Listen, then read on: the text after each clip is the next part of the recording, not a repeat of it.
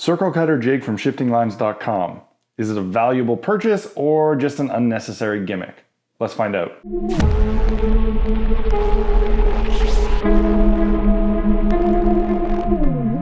Hey guys, welcome back to another episode of Black Magic Craft. This week, I would like to demonstrate and review the Circle Cutting Jig from shiftinglines.com. I want to talk about whether or not it is worth buying and worth the cost, and if it's something you need in your arsenal. But first, I think we should take a look at what it is and what it does. So this is the Circle Cutting Jig from shiftinglines.com. It's a fairly simple piece of equipment that fits on with the Proxxon thermocut table, and it allows you to cut perfect circles at a predetermined size very easily and accurately. That's something that's very difficult to do on the Proxxon table, just out of the box. It's essentially just a board with a strip that locks into the channel for the factory fence that you can slide into position where you need it. It has a small, see here, it has a small pin that is attached through the board where you place your foam to hold it as you spin it. And essentially all you need to do is place the tray in the guide and set it so that the distance from the pin to your wire is the distance that you want the radius of your circle to be. So you put that in place however you want it. You take your foam, and when you want to make your cut, you start off with the hot wire table turned off so that the wire is cool.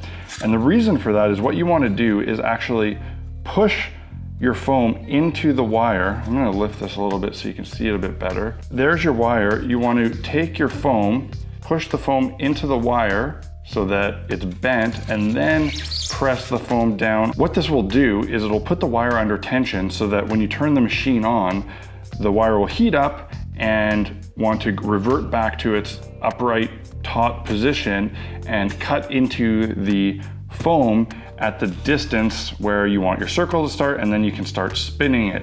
It's very difficult to try and do this from the beginning with the wire on because it won't give you a clean cut, but this makes it work perfectly. So I got my wire under pressure, I got my foam locked in, I'm gonna turn the machine on, and the wire bends over, and then all I have to do is spin my piece of foam.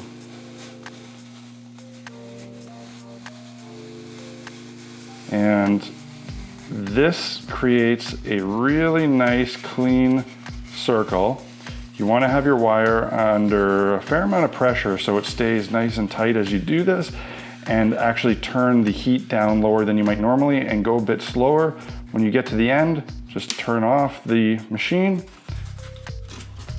break your piece free, and there you have your perfect circle. It makes a really nice smooth cut, but I mean, you might end up with some stuff like this, but that is just a matter of practicing the control of your speed and heat and getting it right. So as you can see, it cut through a fairly thick piece of foam, no problem, nice clean circle. I don't think I could do that any other way on this table.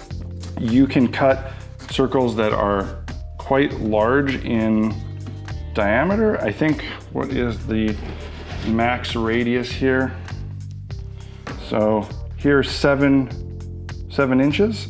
So that's a pretty big distance. Actually, I guess you're a little bit more limited by where the arm comes down on this side, which is about 6.5. So you could, in theory, cut a circle that is, well, at least 12 inches in diameter, which is pretty good considering the size of this tool. There are some markings on this that are laser engraved at different increments, but they are in metric increments, so that may or may not be useful to you, but if you already own a Proxxon, you will be used to the fact that the markings are also in metric.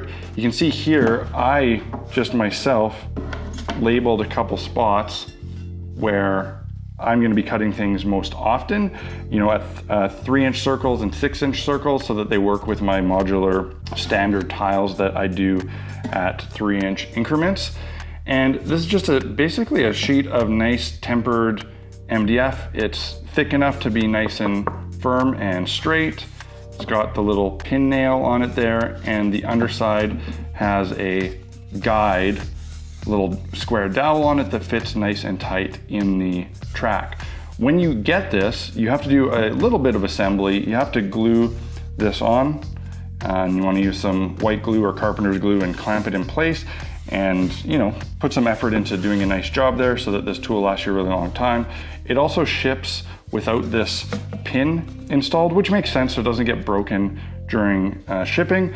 And what I did is I poked it through, and then I took some 5-minute epoxy and filled this hole on the back so that this nail stays nice and firm. So that's it.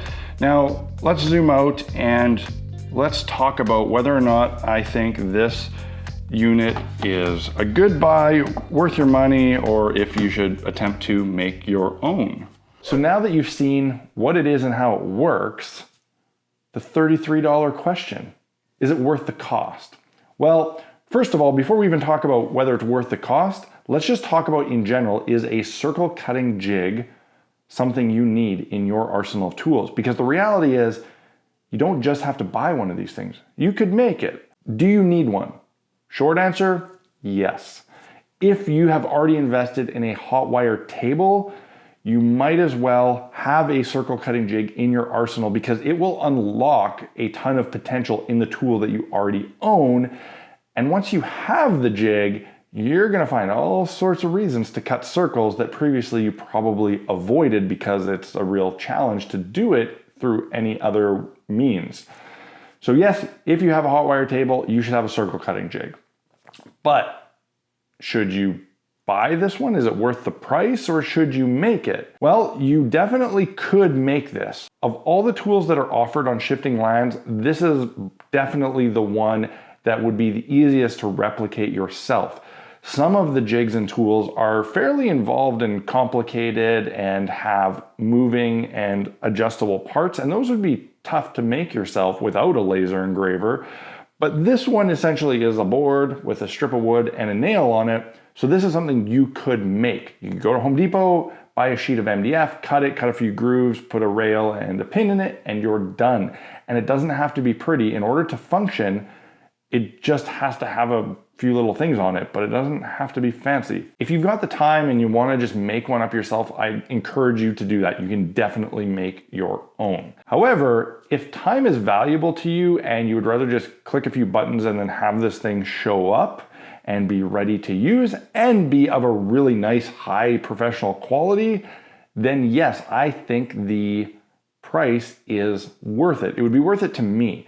It's about, I think it's 28 euros, so 33 American, 40 Canadian. A little bit expensive, but hey, it's perfect. It works fine and it's really nice and it matches all the other tools. So that cost is really up for you to decide if it's a worthwhile investment. It really is a time versus money situation on this one because you could make it yourself or you could just order it. That being said, if you are going to order one of these, there is also the issue of shipping.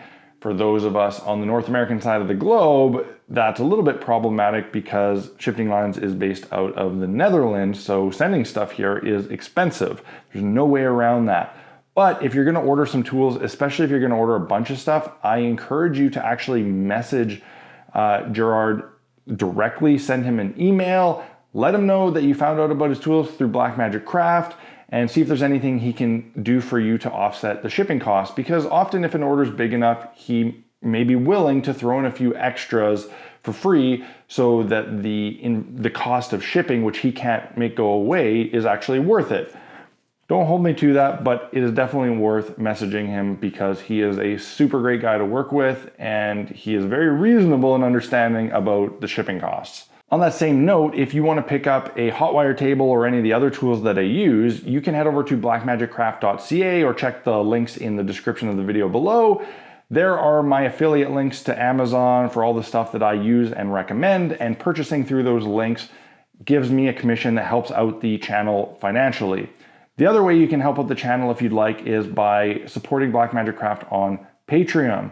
It is because of the support of a whole bunch of cool people across the globe who support me on Patreon that I'm able to keep funding these videos. I can't answer all the questions and messages and stuff that I get on a daily basis from you guys, which sucks. I would love to, but it's just not possible.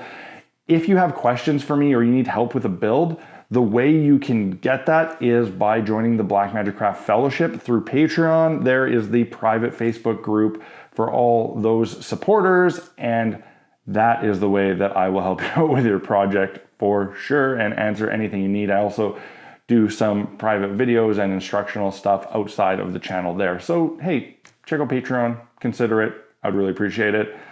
That's it for this week, guys. I hope you have a great weekend, and I will see you again next week. Cheers.